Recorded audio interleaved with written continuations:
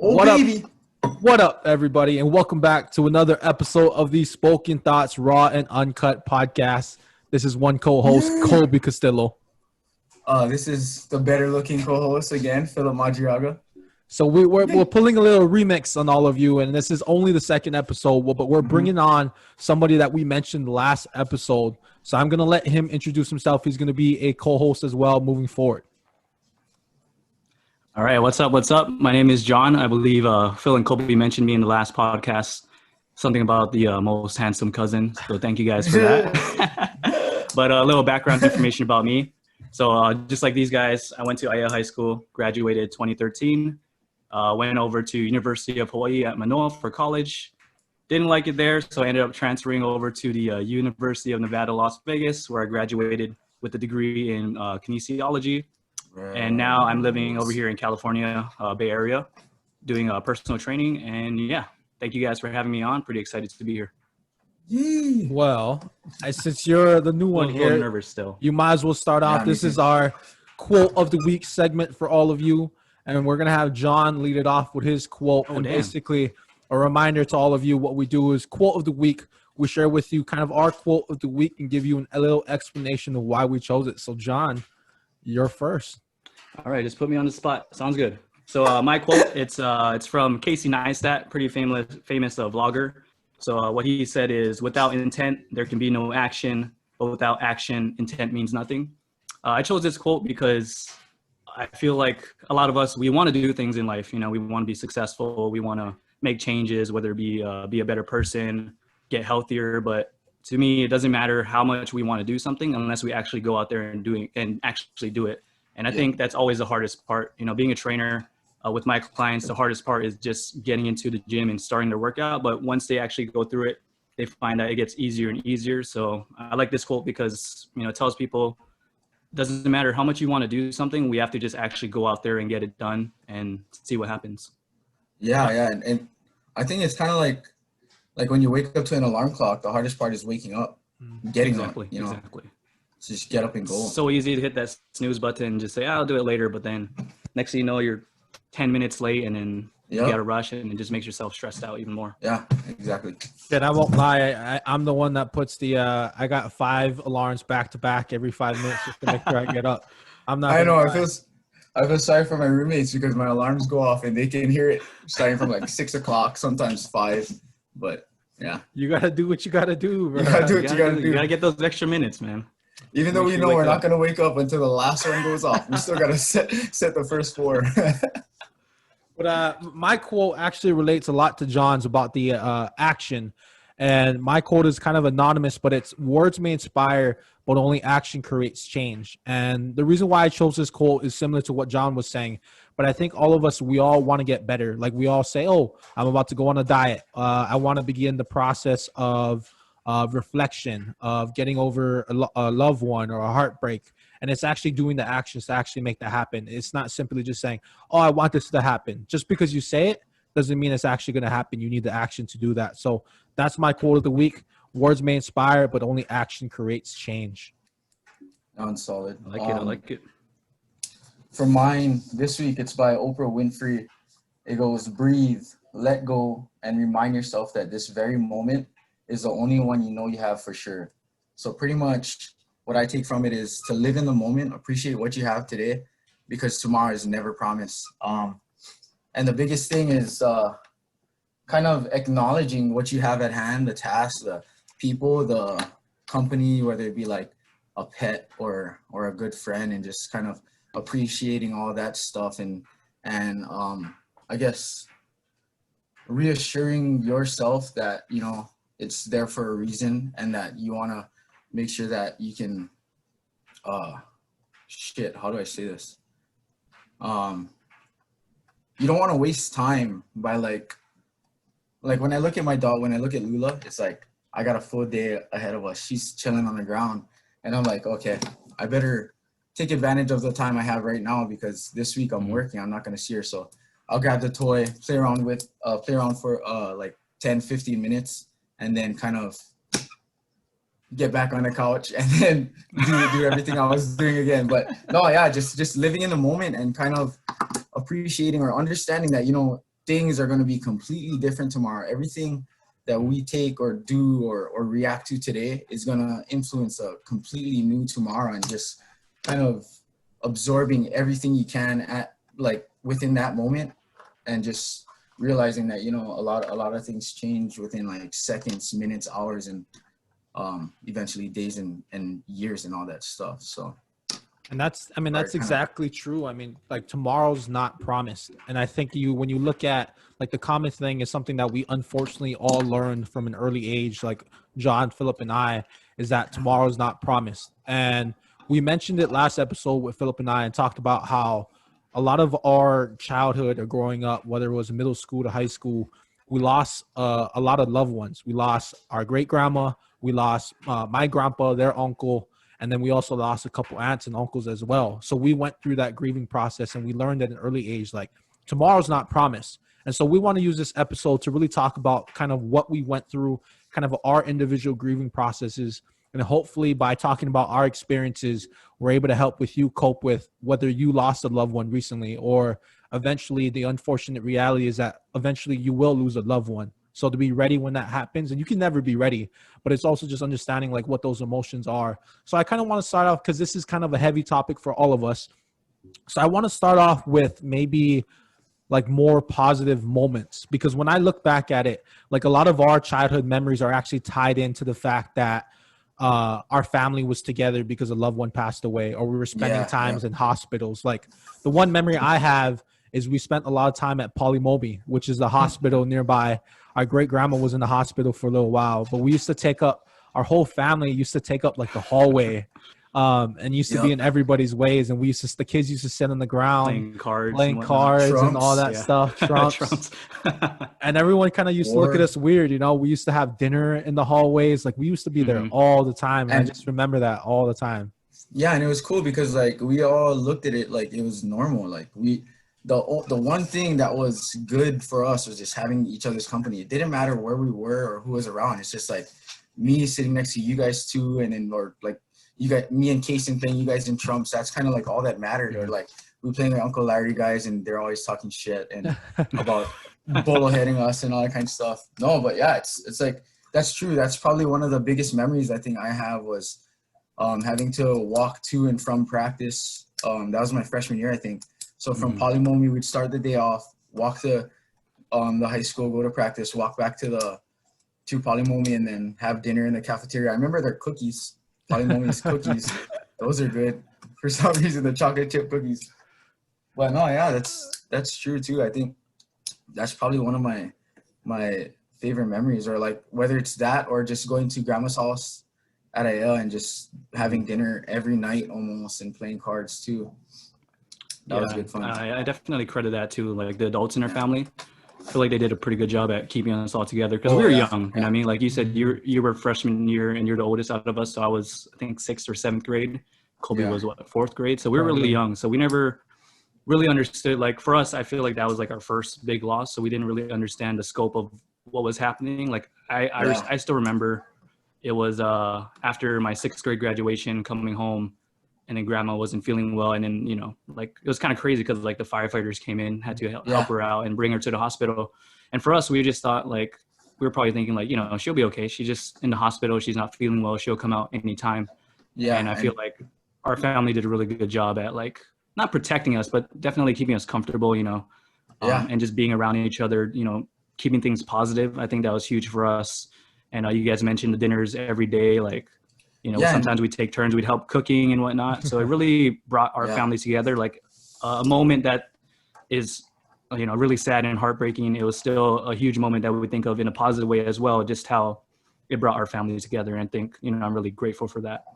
Yeah. And it's kind of like an unfortunate thing because like a lot of families, like they're separated. Yeah. Like we live in, like right now, I live in Vegas, you're in Crookston, you're in San Jose.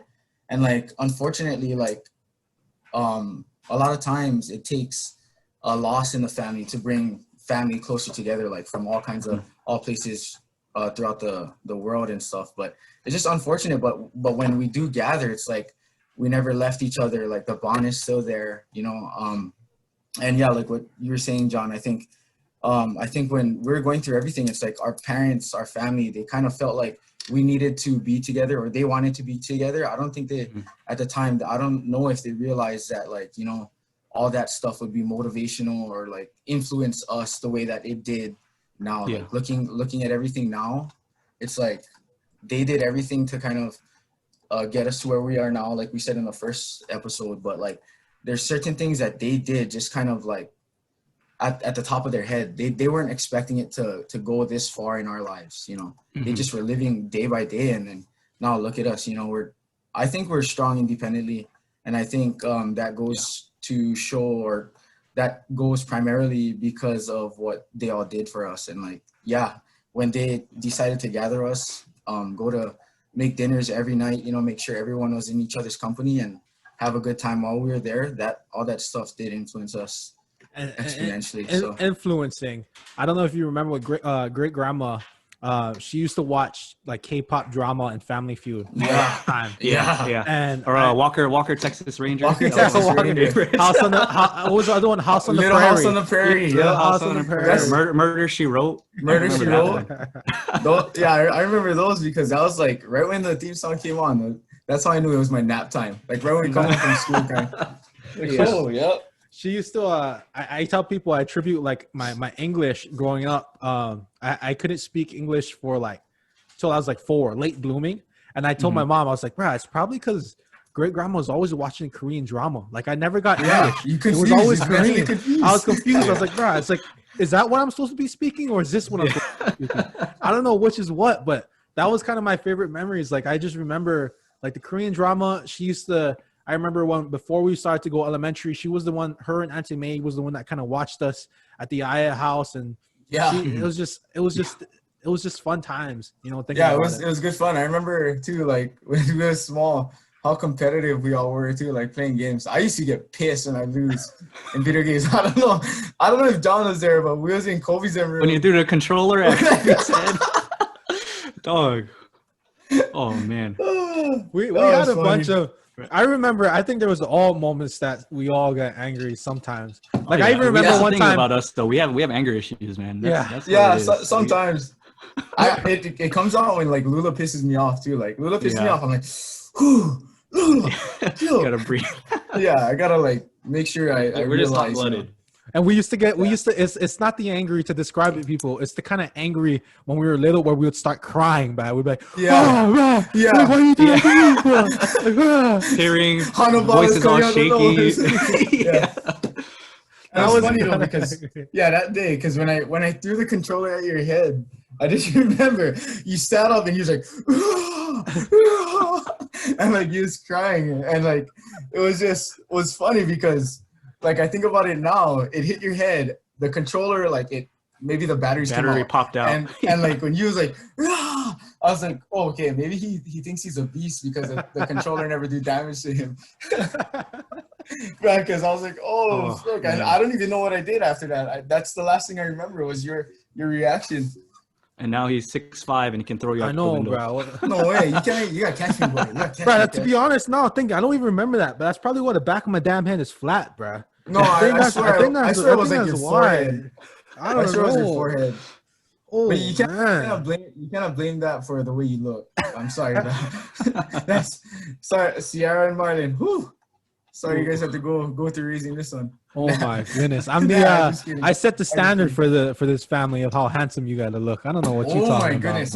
The low standards, Doug. It's not oldest to youngest. It's the ugliest to most handsome.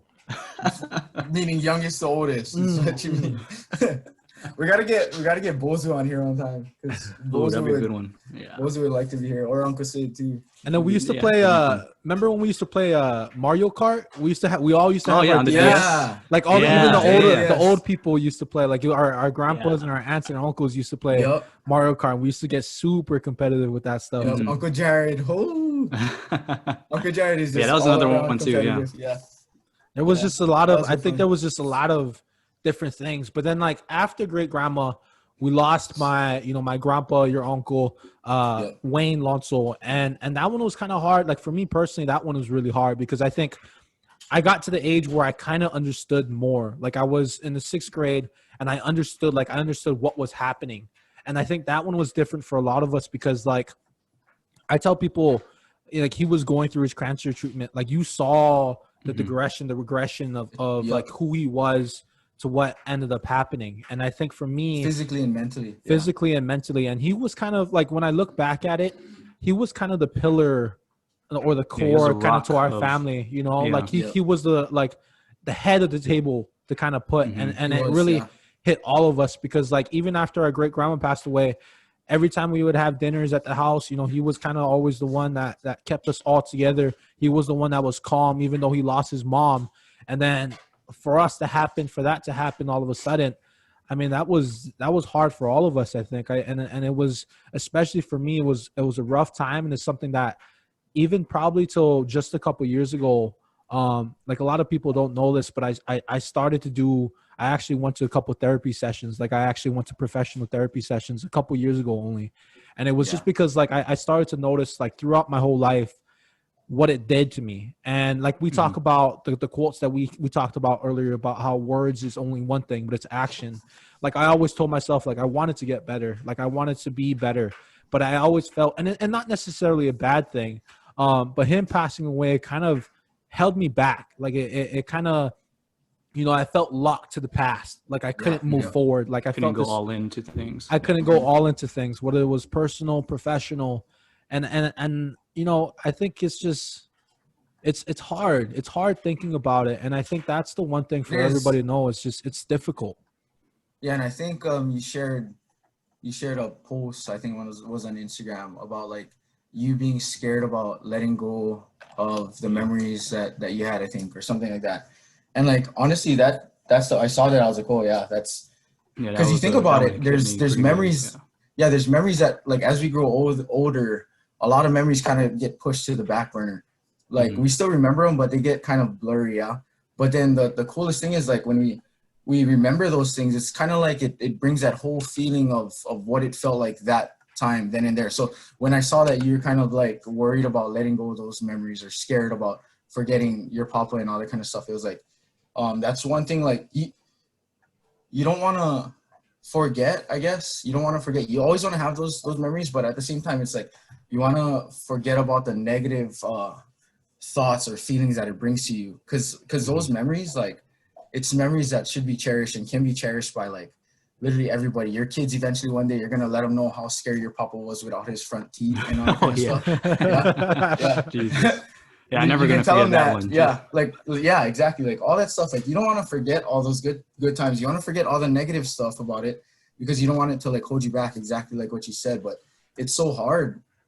And like the crazy thing is, it's like, again, like, going with faith and trying to believe that, you know, things happen for a reason. But like you said, it is hard. Like, just letting go of something that you loved and cherished so much, and that had so much of an influence in your life. But when you kind of realize that, there's other things, like, there's other things that once you let go of something negative, that you can be, like, catapulted into a pool of positivity, or like a whole nother aspect of your life that you had no idea, or you wouldn't have known unless you've let go of that negativity, kind of thing. I don't know if that makes sense, but and it's not necessarily negative that you remember or you forget these memories, you know. It's just like, you just want to try and forget, or let go of the things that bring you down, I guess. And the whole thing goes back to, you know, like, what we do, like how you said you went to therapy. When great grandma was in the hospital, our family chose to just be together. All that stuff was a positive stuff out of that negative, you know. And I think that's what kind of catapulted us to now. But yeah, it is hard. It's hard to forget and think back. And, like, the scariest thing is, like, we live today, we go through our daily routine and stuff, and just knowing, like, you know, tomorrow really isn't promised. Like, you kind of cherish those moments even more, those memories and stuff, you know. Makes you kind of, like, look forward to tomorrow, even though it's not promised. I don't know if that makes sense, but you just want to live today to kind of, I don't even know what I'm saying really. Oh yeah, I mean, I think it's natural for people, you know, as they move on from, you know, these negative memories, it's natural for people to forget things, and we shouldn't necessarily feel bad about it, because I think it's inevitable that we'll forget things. But Exactly, yeah. I always like to think that the positive stuff, you know, like, they can always be sparked back, right? like, let's say we forget a smell or, you know, his laughter, but it's weird how random little things can kind of bring that back to your memory. So even though, like, you know, you might feel guilty that you might forget things, I think that it doesn't mean it's completely lost, you know, something else. Maybe even when you're a grandfather and you have grandchildren, you might suddenly remember something from, you know, your past with your papa. So, I mean, I think you should never feel guilty about, you know, being in a good place. I think that's kind of what I got from your post, that you felt a little guilty that you were healing, you know, Yeah. and it made you feel like you were forgetting things. And maybe like Phillip said, it might be the things that are negative, you know, how he was towards the ending of his days. I know that part was really hard for a lot of us. That was hard. Yeah. So I think you know, you don't want to feel guilty about, you know, moving on, or I shouldn't say moving on, but, you know, being okay, right? I know, like, in a way, being comfortable, right? Like, I know, like, in a way, you hurting is kind of your way to hold on to him still, and like you'd feel guilty about, you know, being okay, but I think you should not feel guilty. You can still hold on to those positive memories, and like Phillip said, you know, the stories that we remember of your papa, like that one where he pulls out his dentures and you know, his teeth are missing and he scares you. Like, I remember him taking us home to the bowling alley one day, me and him. Yeah. And he got out the car and then he was waiting for me right by the front door. And it was completely dark in our garage. If you guys don't know, like, there's no lights inside for some reason. Until you walk to like the freaking door. Till you walk to the door, yeah. So he went ahead of me, and then I guess he knew I'm scared, so he just waited for me. And as soon as I walked in, all I felt was a hand on my chest, and I swear, like, my life I was gone. Someone was gonna take me right there, and that's just Uncle Wayne, you know. Like, he found joy in I mean, yes, he's scared the shit out of us, but he knows it was all for fun, and we knew it was all for fun, and he just found joy of making us happy. And, you know, like you said, he was the pillar, you know, like he was the strong.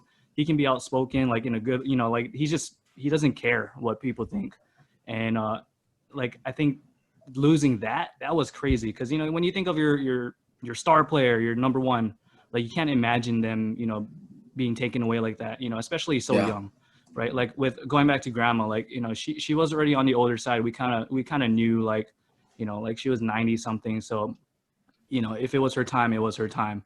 But for your papa, that was really hard for us, you know, like, just him being taken away like that. So I think in a way it felt unfair for us. So understanding that, like, it is a hard position for us to be in, and for you, Kolby, like, being able to move on, I don't think that's a negative thing. You know, you just you be positive about it, and like I said, it doesn't mean you forget your papa. You know, it just means that there's room for a lot of other positive things. Yeah, 100%. And Kolby, like, the biggest thing, and like, you still motivate me too. Like, I don't know how you guys did it. I don't know how your mom did it, how your dad did it too. But like, when we were growing up, I remember the days from when we were in the hospice and things was already getting rough. I remember that morning when he had passed away and everything. And like, as kids, you don't really think about like how we're gonna grow up. You just kind of living in that day and having fun with the company that you have. But like, looking at how far your mom, Kason, and all them came, it's like, holy crap. You know, you really gotta have a solid foundation. And that's how, you know, like, that's why I think your papa, Uncle Wayne, he kind of instilled all that into you guys, into your mom, into your dad, into you. Even though you were young, even though we were all young, you know, you kind of look at that stuff like, he was like the big motivator to keep you guys going, even though he wasn't there physically. And like, the one thing was, like, every year his anniversary came, and your mom would kind of post about how happy he was about, like, you guys and where you guys were, and how much we wish he was here to kind of see all this stuff. But like, he's there, he's watching you, he's watching us talk right now, and that's the coolest thing. Like, you know, for a fact he's probably smiling right now without his dentures in. Yeah. But I think that's the one thing too, like John, like you were saying about how not feeling guilty about, I guess, moving on, because I think a lot of us, like, people who lose somebody, like, for all of us, we have to remember, like, how would they want us to live? Would they want us to live in regret and in depression, or in holding on to the fact that that we lost them, or would they want us to live our life and be the best we possibly can? And that was when I was able to start create that line between the two and say, hey, my papa would want me to live. That's when I started to get better. But it's interesting to hear all of you. And I want to share this story because I think my papa taught us all something. Like he was an example Yeah. of something. And for me, I think he really showed me what unconditional love was. And for this, I have this story. Like, so when he went through chemotherapy, and for anybody who's gone through chemotherapy or has seen somebody gone through chemotherapy and just cancer in general, they start to be the person they are starts to be a shell of who they actually are. Like they start to lose weight, they start to lose their hair. I mean, they just don't look like who they usually are. And my grandpa was going through chemotherapy and he could barely get out of bed. I remember my aunt, my mom would have to help him shower. He could barely hold food down. Anytime he would eat, he would throw up or he just didn't want to eat. But I used to play on the Little League baseball team with the Angels, and we used to play at the Annex Field across from Aya High School. And every single game, it was always when he was going through his chemotherapy treatment, I would always look up to the left at the top of the bleachers, and he was always there. He always had his Sports Authority red park chair that he would sit in. He had his black hat with his it used to be like a decal Oahu, a red Oahu, and he used to wear this red shirt with these thin cargo shorts, that super thin cargo shorts he would always wear. And every time, no matter what, he never failed to show up. He couldn't eat. He couldn't shower by himself. But for some reason, some way, he always found the energy and the love to be able to drive himself and come to the game in the sun and watch me play. And I never understood that at the moment. Like, again, like all of you are saying, we were kids. So you never understand the magnitude of what's happening. But when I started to reflect back on it, even now, I started to understand, like, that's the example. That's kind of the standard for unconditional love. Like, to show up no matter what's going on in your life, like to be there for the people that you love, show them through actions. And for me, that's been the core of everything. That's why I've wanted to work in sports. That's why I am the way with everybody in our family. That's why I thrive to be the best I can possibly be, is because he set that example. So I guess what about you guys? I mean, is there anything that you can kind of remember, like something that he taught you that you kind of keep with you today? I think, like, for me, like, so what you said too, I want to tie into that too, because, like, as far as loving, it goes to unconditional love kind of goes to the point, or kind of like goes back to your individual life and the object that you're putting love into. Like, your papa had all this stuff he was taking care of, but he also had you, like he took care of whatever he had to, or he went through whatever he had to, but he shed his light, his love on you, what he loved. And that's the coolest thing about love. Like, no matter what's going on in your life, where you want to put love, you'll put love, all that stuff. But, like, for me, I think the lesson that he gave me was just positive energy, no matter what. Like, no matter what happened, if there was like something negative or something awkward one night when we're playing cards, your papa would be the first one to break the silence. Like, if people are like arguing because like they threw a trump card when they wasted something else or something, your papa would be the one to first crack a joke. And he was literally, like, he was a pillar. He was also the clown of the family. And, like, I can't remember, I'm never going to forget how much of an influence that he had positively in all of our lives. Like, whether it's like bringing up a sad moment to pushing it, not bringing up a sad moment, but like making it more positive, making a negative moment into a positive, I guess. And kind of just staying away from the dark depression side and just pushing towards the light and positive side, I guess. That was what I got from him. Like, no matter what we were doing, he just wanted to make sure everyone is having a good time, regardless of what he was going through. I remember too, like, when we were at the hospital, we'd ask him, well, how are you doing? Or how are you doing today? And his thing was like, he was getting tired of answering how he was doing. Like, we knew how he was doing, He just wanted us to kind of like cherish each other's time together and the moments we had together, instead of like making sure he was okay, because we knew the state he was in. We just, like, it's a common thing to just ask if you're okay. But like, since he knew that we knew the situation he was in, he wanted us to focus on like other stuff instead of like him and all that stuff. Even when grandma was in the hospital too, I remember when, like, we'd be asking grandma if she's okay, and the one thing he said was like, he told us that, she's in the situation, she knows what she's going through, we know what she's going through. So don't waste your time like asking if she's okay. Like if anything, talk to her about something that moved you or something that she did to kind of make your life better. And that was pretty cool. Like he was just always positive, like a positive influence in a negative time, I guess. Yeah, So. feeding off of that, I mean, that's what I learned from him, his positivity, his energy. You know, like Uncle Wayne, like you guys said, he was a clown. He can always turn a tense situation into a funny situation. And going back to his chemo, like I don't remember a time during his chemo that he ever complained or he was negative or he ever said, you know, why is this happening to me? Like, what did I do? You know, he was always positive. He always made sure, like you said, Kolby, like he was there at your games, even though it might have caused him discomfort. He knew that like he always was looking out for the people around him, you know, like he never let his situation affect the people outside of him.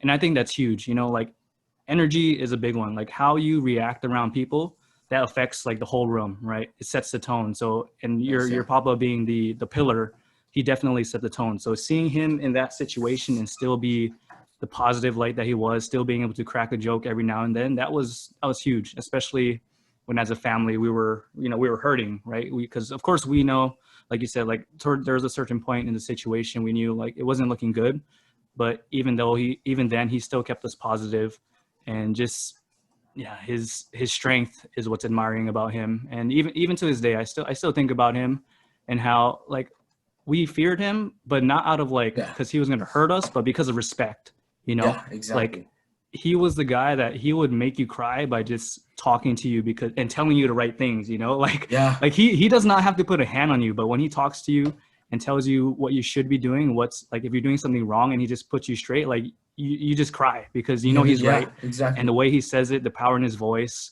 and that's just something that I've never come across ever in my life. So that's the one thing that sticks out to me, is just the kind of person your papa was. And I see that a lot in you, Kolby, you know, like you're still that positive energy. Like you said, you went through all of this, but here you are, you know, you're pushing yourself, making these podcasts and starting these, you know, these things like this. And that's inspiring. So, I mean, I can see how he had a big inspiration on you, and it's just kind of nice to see. Yeah. And it's funny, like there's those people, like, you know, they're not, well, for us at least, he never really physically disciplined us, but like for your mom guys or for you, Kolby, I don't know when the doors close or whatnot, you know. I mean, times were different back then, you know what I mean? Like I think we all got lickings from our grandparents. It is what it is. Like, so it wasn't too bad, but like he was a guy, like, you know, if he was just intimidating. Like John said, he says something, you can listen, like, and it's funny because like we all respected him, we all knew when to joke around with him, but when he was serious, like we knew, like, okay, wipe your smile off your face, you know, you gotta take a step back and listen to what he's saying because he's serious right now. And he used to do that. It's so funny because he used to do that with everybody. The one thing I remember was I don't know how old I was, but I was sneaking through, you know how the Aya house, that kitchen window into the garage, that little one. And I wasn't tall enough to see, so I was standing on a stool, so I had to be pretty young. But I remember he was like scolding my dad outside in the because he helped my dad get his job working at Coney Hill as a custodian. Yeah. And he was outside, and you could hear my grandpa was just like, my papa was like yelling at him, kind of like being stern, and I was over there like, oh, I was kind of cheering on because I was like, man, I was like, oh, my dad was licking me last week. He was licking me yesterday. I said, let's go, lick him, Papa, lick him. I was just smiling. I was like, yeah, here we go. But then I also remember my uncle Chris, my auntie Kalea, my mom's sister's husband, and Uncle Jared and my dad. I think they were arguing about politics.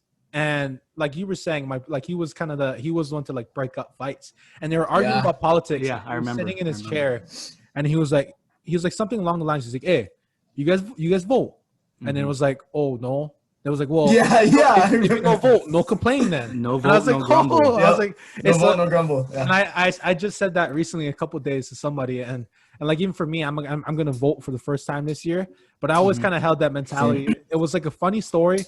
But I always held that mentality. It's like, you don't vote, no complain. But like, it was funny because he did that with everybody, and like knowing he did, like your mom, like everybody in our family, like no matter who you were, like City Boy, like he was always stern with, no matter how old you were. It doesn't matter the relationship. Yeah, exactly.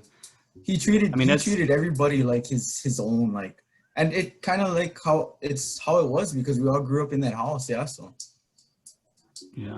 he was I a mean, father figure for everybody. yeah, like you were saying, like he was a pillar, and even though he got upset at us, it was all from a place of love. You know, and I think that's the big separator. Like people, they yell at each other all the time, sometimes with no agenda. But for your papa, every time if he did raise his voice, if he did yell at you, it was because he wanted you to listen, and there was a reason why. He's not just getting upset at you to, to be bigger than you, to put you down, but it's because he wants you to be better.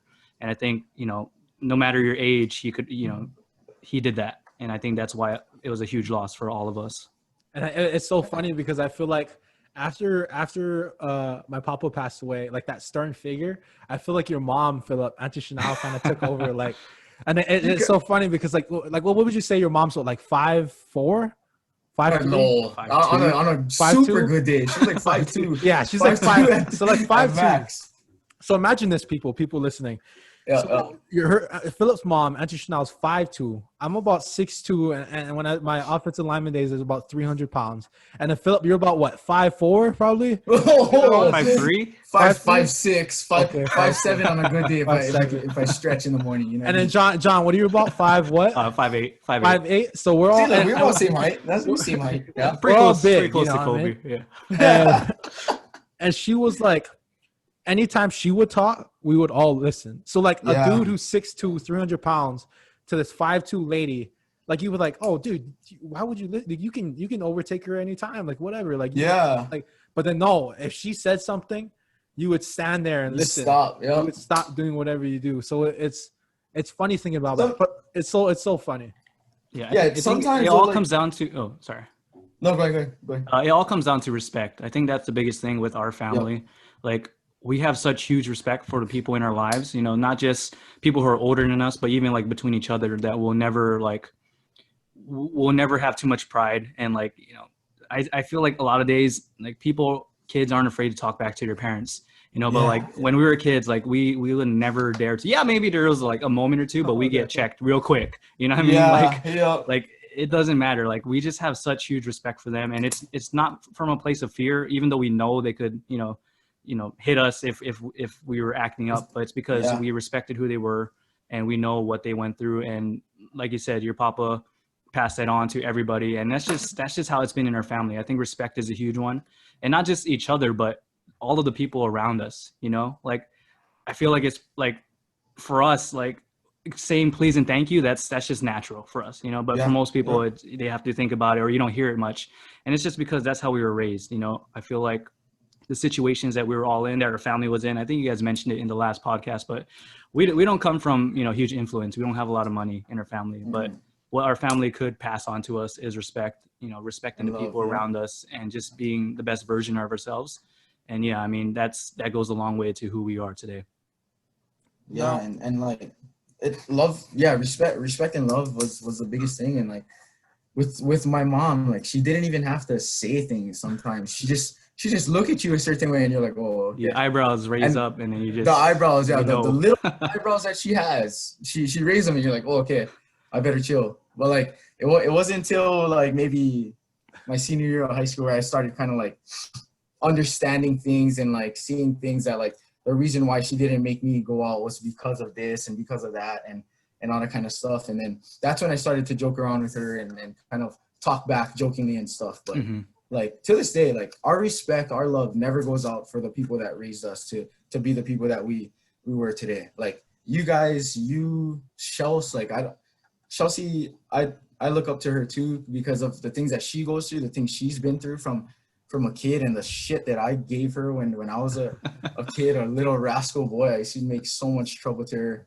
But no, yeah, she's a big influence in my life too, because like it's like she's doing a lot with so little, and that's like our whole family growing up. Everybody, all our parents, our grandparents, our aunts, uncles, they all grew up doing so much with so little, and that's the most influential thing in my life, and like your Uncle Wayne, he never had to buy anything. All he had to give us was his time, and we all loved it. It's cool. Like his time, all the time he put into the dinners, the good jokes, the scary jokes. Like I remember like when the bowling alley too, when we'd ride with him in his truck, in his Ford, and then like instead of going home, he'd start driving up the heights. Like we can go to the Ayalup Trail Yeah. kind. That's like, oh my god. And then he started telling us scary stories. He used to do that too.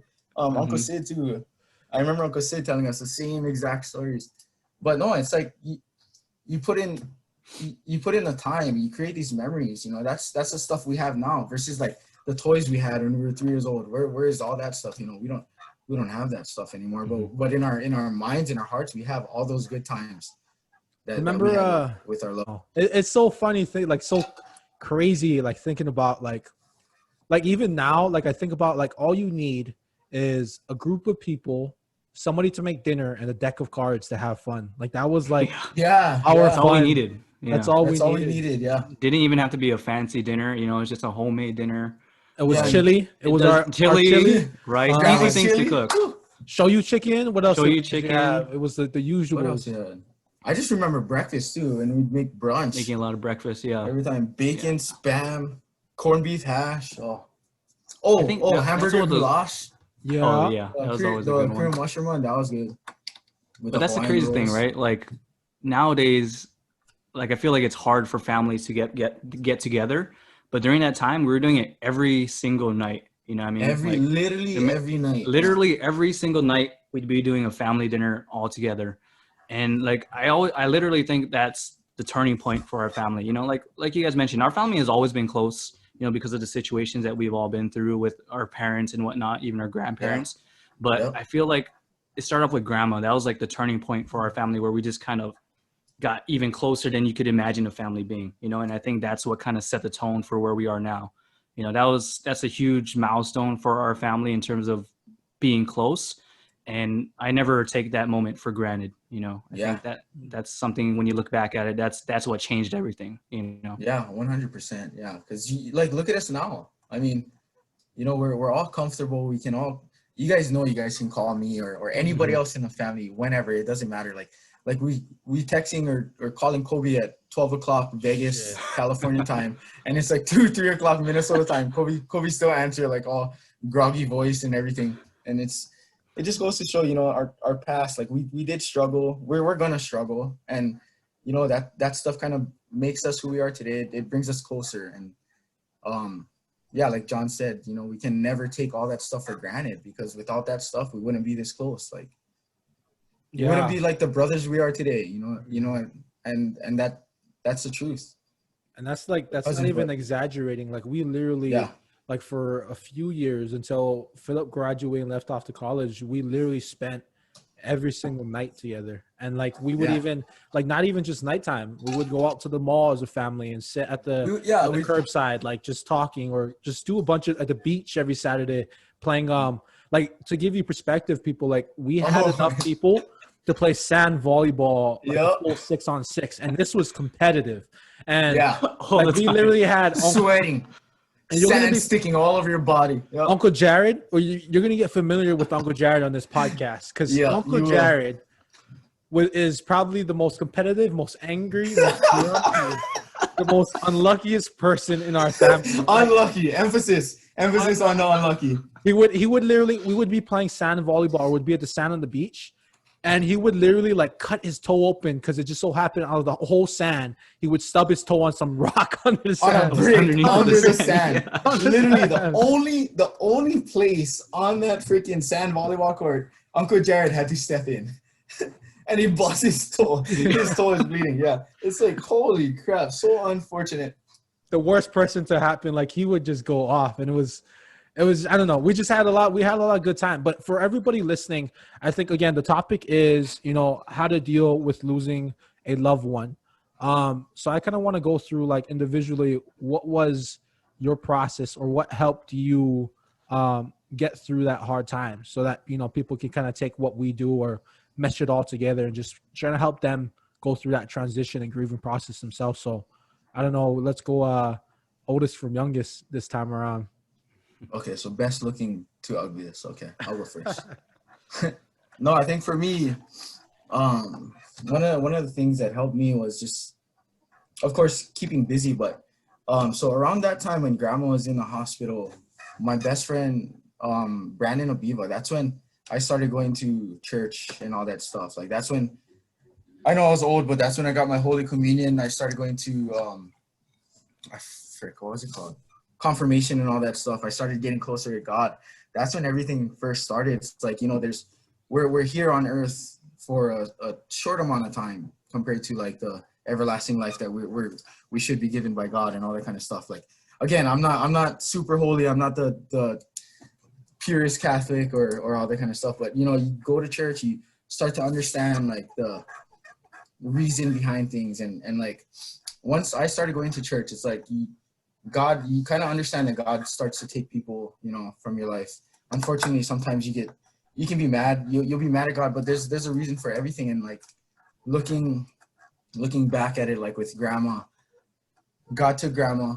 Grandma was struggling. She was going through so much stuff. Like she'd be going to the hospital almost every other month up until like the last few months when she was alive. She was going to the hospital, taking medication, all this kind of stuff. She had bruises all over her arms and all the kind of stuff from all the IV and all the kind of injections that she had.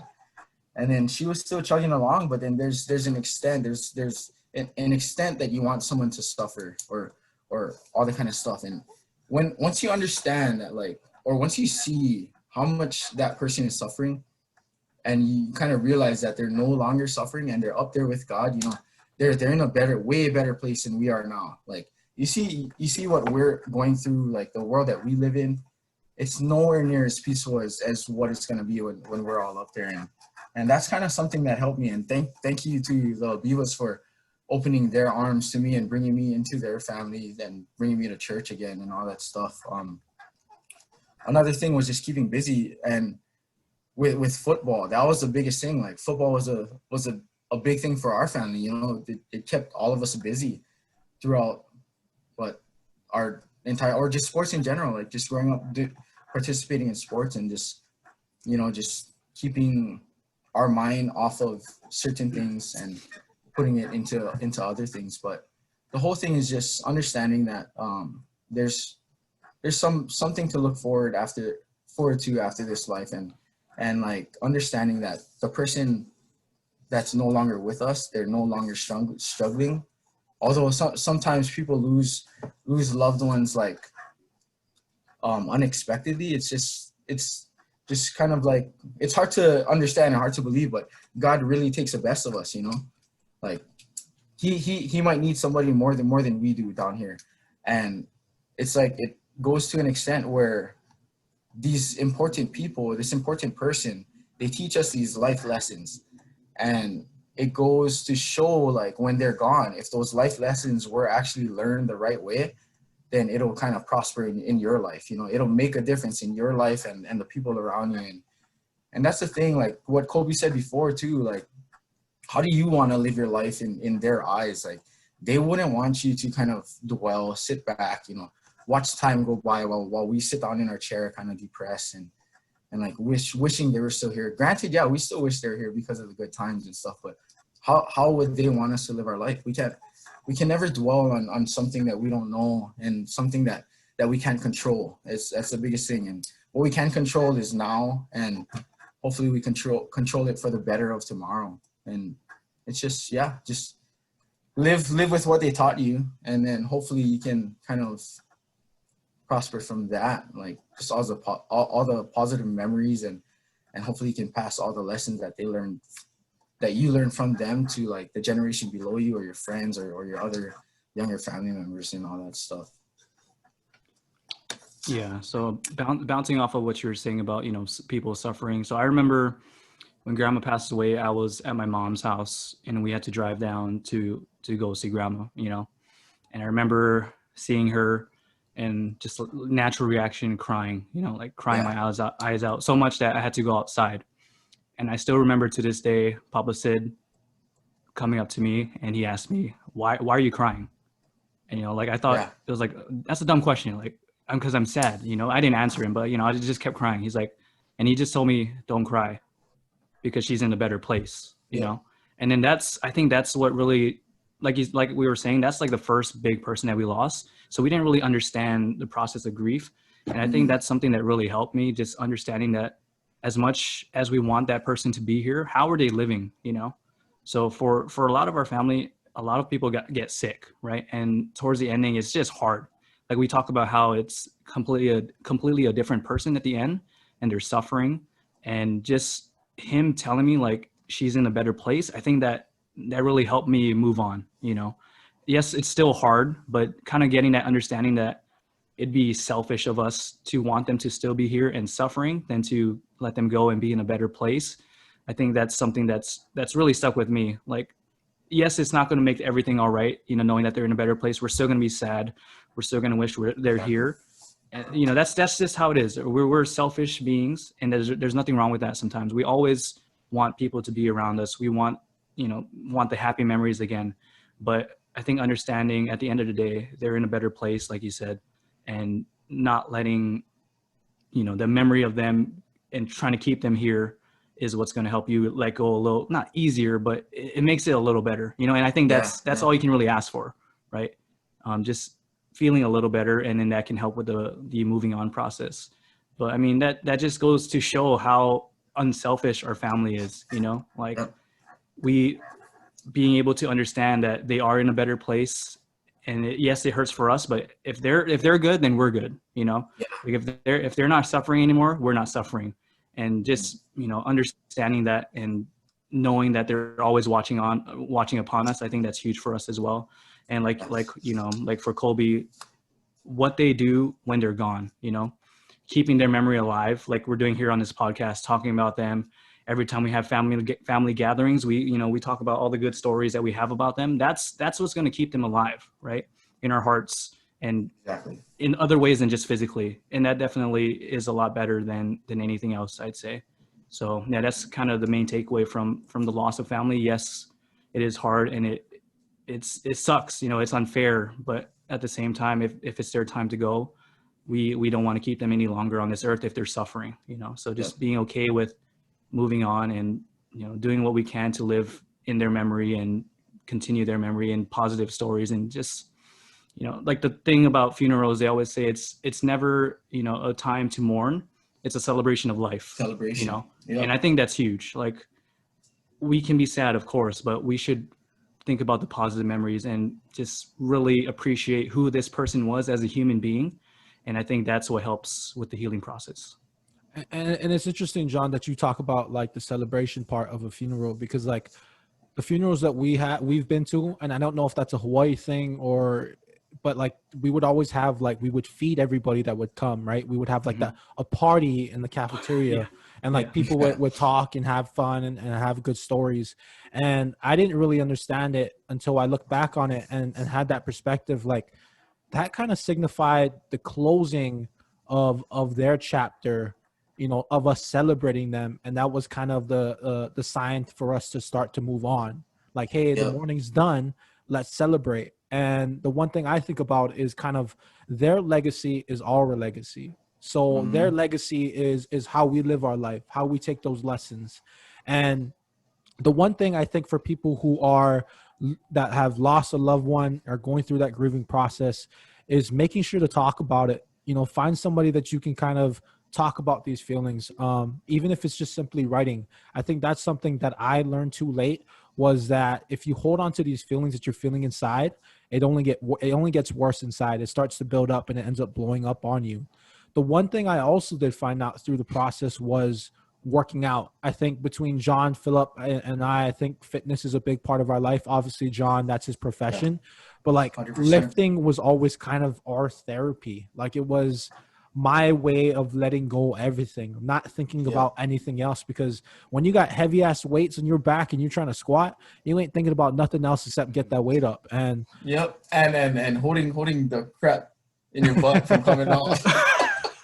Bro, I don't know what kind of squats you. That's your own problems, right? When you're lifting heavy weight, you know, stuff might feel a little bit heavy. Not just in the weight, but, you know, in places you don't want it to feel heavy. I hope that's all you, dog. You gotta push. I hope nobody else washes your laundry and your skid marks on your damn underwear. I hope you wash my underwear. You're doing the wrong kind of squats, dog. You got dirty situation. Nah. Oh man. But no, I mean, it's finding some sort of whatever it is to help you, I guess, release that stress, relieve the weight on your shoulders.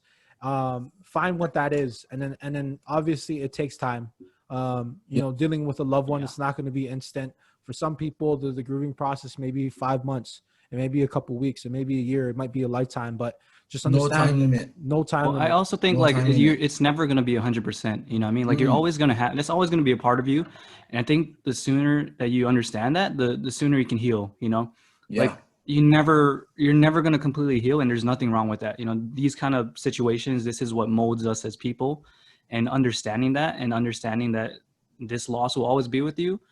There's nothing wrong with that. Yes, we can always improve, but I think knowing that you're not going to 100% get over it, and I would hope that you never get over it, right? Because these people, they're important in They're our life, huge, right? yep. And they're never going to be forgotten. So we'll never get over their loss because it'll always be with us. But we'll always remember them in the positive lights.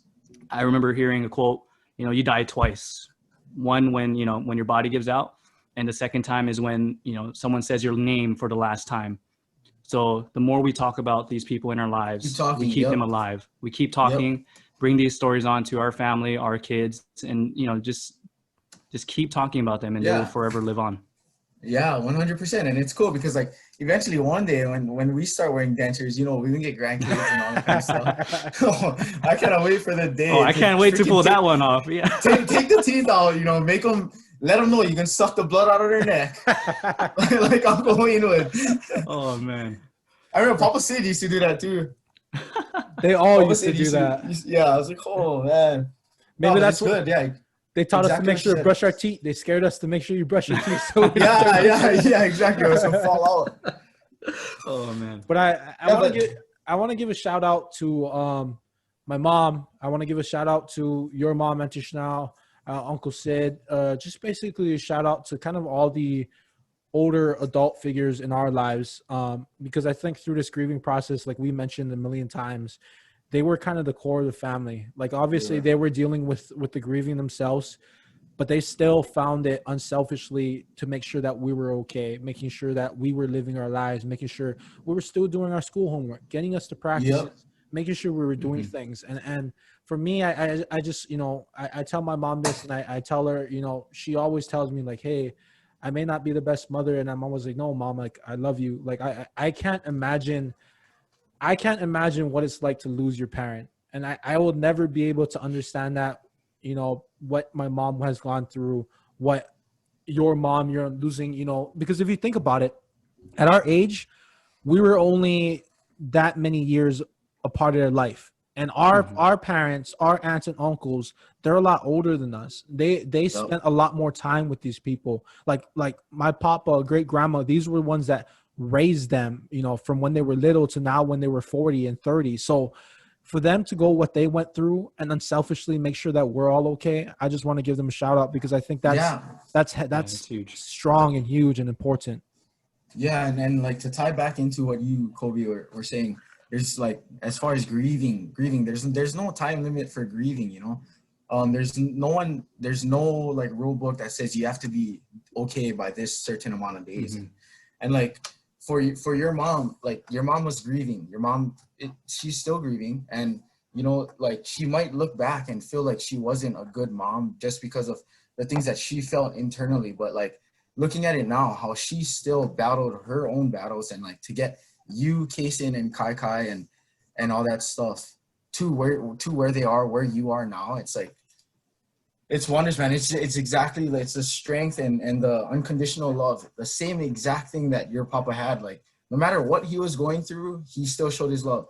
No matter what your mom was going through internally, she still showed her love. And she and with your dad's support too, your dad was always there, you know, making sure your mom was okay. And it's crazy. Like your mom went through so much stuff, because like I remember that day how hard everything was. I remember your mom's reaction too when we were in the hospice, and I'm never gonna forget it and all that stuff. But it's like you kind of see these people struggle. You see them struggle. They might not speak out, but they feel certain things internally. You know, we don't know what they're feeling, but then to know that they can keep their internal feelings on one side and shed their light on another side, like shedding her light on you, Kason, and Kai Kai, and your dad, and still manage to kind of push through her own battle and go through her day by day. It's just so inspirational. Like, I don't think she realized all that stuff. And like, we look at this stuff and we see that stuff. And of course we were young at the time. So of course they might not know. Yeah. They might not kind of realize that we're paying attention, but we paid attention. And like, knowing all that stuff now, like we look at it, and I think that makes us that much stronger. And like, and like your mom would freaking cook for us too, like vinadosh and all that stuff. Although it brings the memories back of your papa. Like she still would cook all the vinadosh of all the good food that she'd cook when your papa was here too. And it's that's the kind of thing too, like saying like exactly what John, I forget who said it, but like keeping their name, just continuously saying their name. Like for us, Grandma El, her chili, that's gonna live on for as long as it can. Yeah, hopefully it lives on forever. Your papa's vinadosh, same thing. All that stuff, all passed on to the younger generation, and that's how their legacy lives on. You know, it's cool. Like although they're not here physically, they're still here. Like with the things we do, the things we say, the things we think, the things we eat. You know, who we are exactly. Yep. Well, I think we'll go wrap it up there, and hopefully everybody who was listening, I hope you kind of, I hope it was a little entertaining to hear our stories, but also you found something of value of helping you personally through your grieving process, and maybe share this with other people who are going through that grieving process and help them understand, like, it does get better. I think we're kind of a result of what happens when you go through that grieving process. You give it time, you do the right things. There is a other side to the terrible things that you're feeling right now, and that's important for all of you to see. But to end it, just a reminder, we do have a Spotify playlist put together by Phillip. He hit the first song. What was the first song again? Time in. Wait, try to sing it. Can you sing it for us? Nah. I'll save it for next time. It was literally one line in the whole song, so hopefully you didn't get the wrong message with that. I know. I texted Kolby the next day. I was like, "Oh, okay, wait. Hopefully everybody listened to that line that I said, because this song, like, there's certain things that's said in that song that I didn't want to like pass along to other people, but." Yeah, there's quality people deserve quality time. That's the main line. And I was listening to the song. I was like, bro, where is this line? Where is this line? I was like, I don't know. I was like, I think it was like not even till like 2 minutes or like a minute in. That's when the line popped up. It's deep in there, yeah. It is. But hopefully it still did get you a little hyped up. But my song for this week, we're gonna rotate and choose different songs. Mine is "Blind" by the Baby featuring Young Thug, and a couple lines is "Doors open up for me, and now I see I've been blind for a while now." So that's the two lines that I got. That's all I got. You ain't getting nothing out of me. But go add that playlist. Go listen to the songs, and then obviously, if you're listening to this on Apple Podcasts, please give us a rating and review. But this was the Spoken Thoughts Raw and Uncut podcast. Until next time, peace. Alrighty, have a good one. Cheers. Mabuhay. Mabuhay.